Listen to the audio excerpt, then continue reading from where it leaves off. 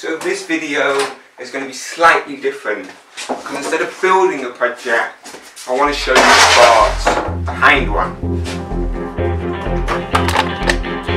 So when you're watching a Maker YouTube video, you're only seeing the construction and maybe a tiny bit of problem solving. You're only really seeing about 30% of the work. And what you're missing out on is the initial ideation, the research, any development, testing of materials, joint, construction methods, the exploration of the dimensions and proportions.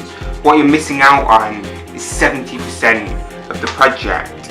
And I would argue is in this area where the project is really made. So I'm going to try and tell you that story, starting out with what sparked the initial idea.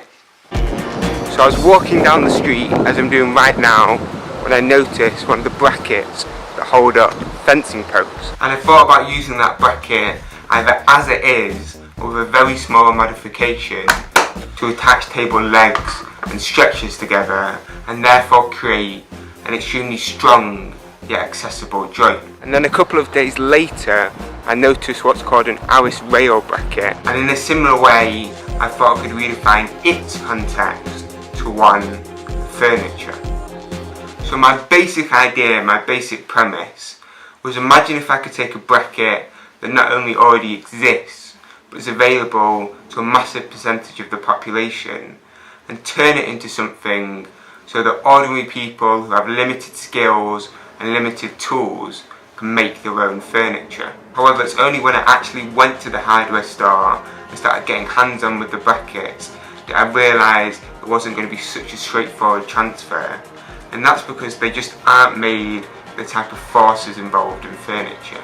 So I went back to the drawing board, I did some developing, coming up with a variety of different purpose-made bracket designs, making sure that they could be made in as simple way as possible so that they could keep that essence of simplicity and accessibility. So now the concept is really starting to be finalised, I can begin working and realising it, starting out with the dimensions and proportions.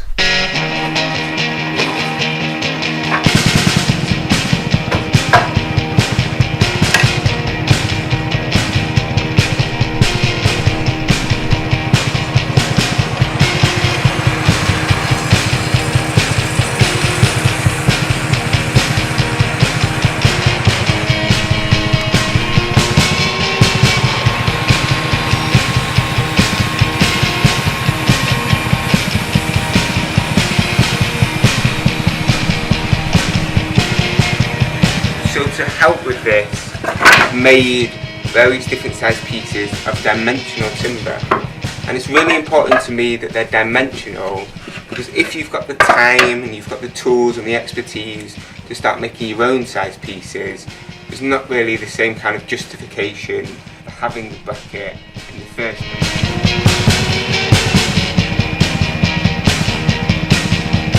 Decided I'm going to build on the 2x3 and 2x2 inch rough. So now I've worked out the size of the timber I'm using, I can take measurements from it to determine the size of the bracket.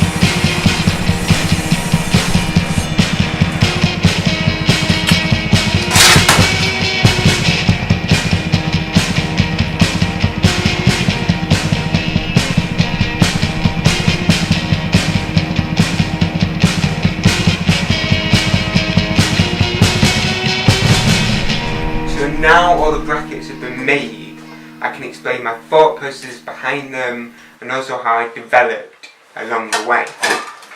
So this is obviously made out of 2 pieces of 2mm mild steel, and it's held together with bolts which thread through the different holes I've drilled at each side. And as effective as this is at holding the legs and stretchers in place, it also kind of goes against that ethos I was just talking about, because you need a drill to create the holes, and if you've got a drill, although it wouldn't be as strong, you could just screw all the legs together. And the other thing I don't really like about this bracket is because the pieces are folded exactly around the shape of the leg and stretcher, any slight variations in thickness result in a lot of flex and wobble.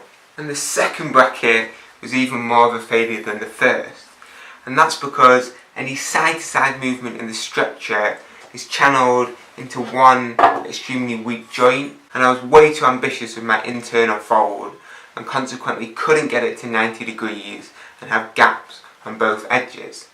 Although all this being said, I did solve the problem of having 2 independent pieces by folding over the sheet steel. And so that's a feature I consequently brought into the next bracket.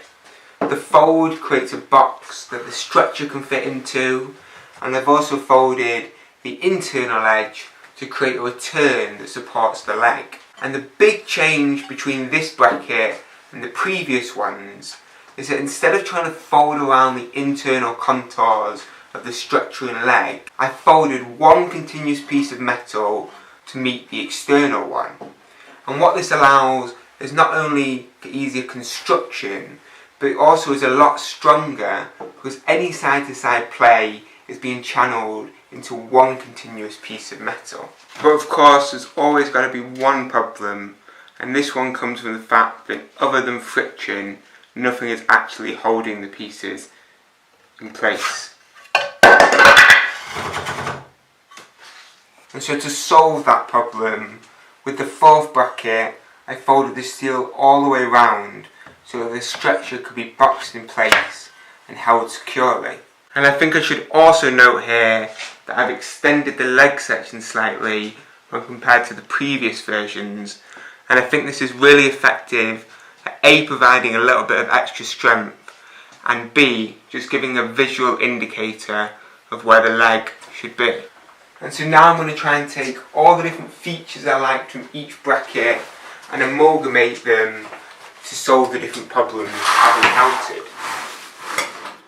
So the plan is to have sides that fold all the way around and consequently hold the stretchers in place. However, this time I'm going to weld the bottom edges so that it's completely secure, and then I'm going to extend the returns all the way out so that they meet in the middle, and again weld them closed. And I'm going to keep the extended leg section for added strength and that visual cue. And then finally I'm going to drill holes at various locations that bolts are going to be threaded through, and this is just going to help account for any slight variations in thickness of the timber, and so that the whole joint remains extremely secure.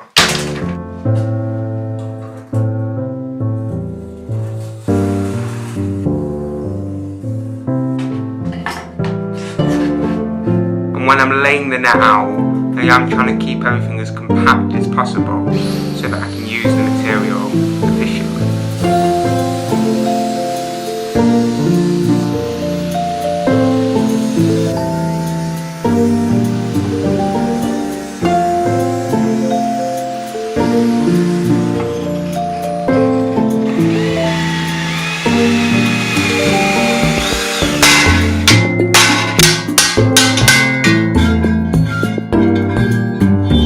I'm going to score all the different bends just because it makes it a lot easier to get a much tighter fold.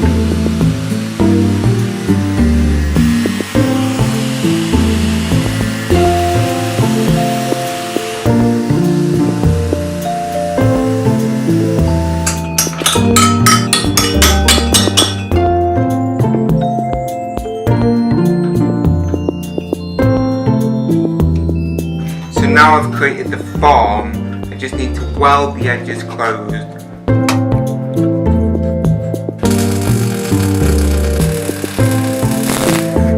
Grind them flush, and and then I can start drilling and threading holes that the bolts will go through.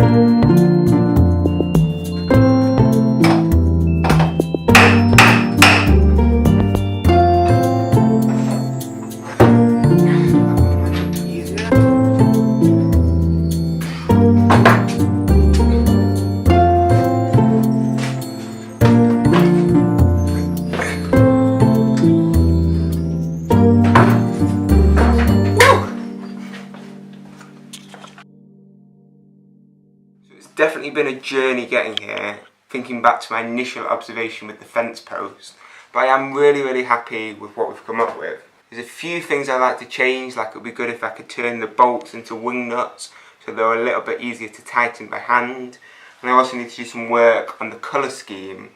But overall I think it was a successful project. I hope you enjoy kind of this new video format, and stay tuned to my channel, because in a couple of weeks I'm going to have the full build video using these brackets.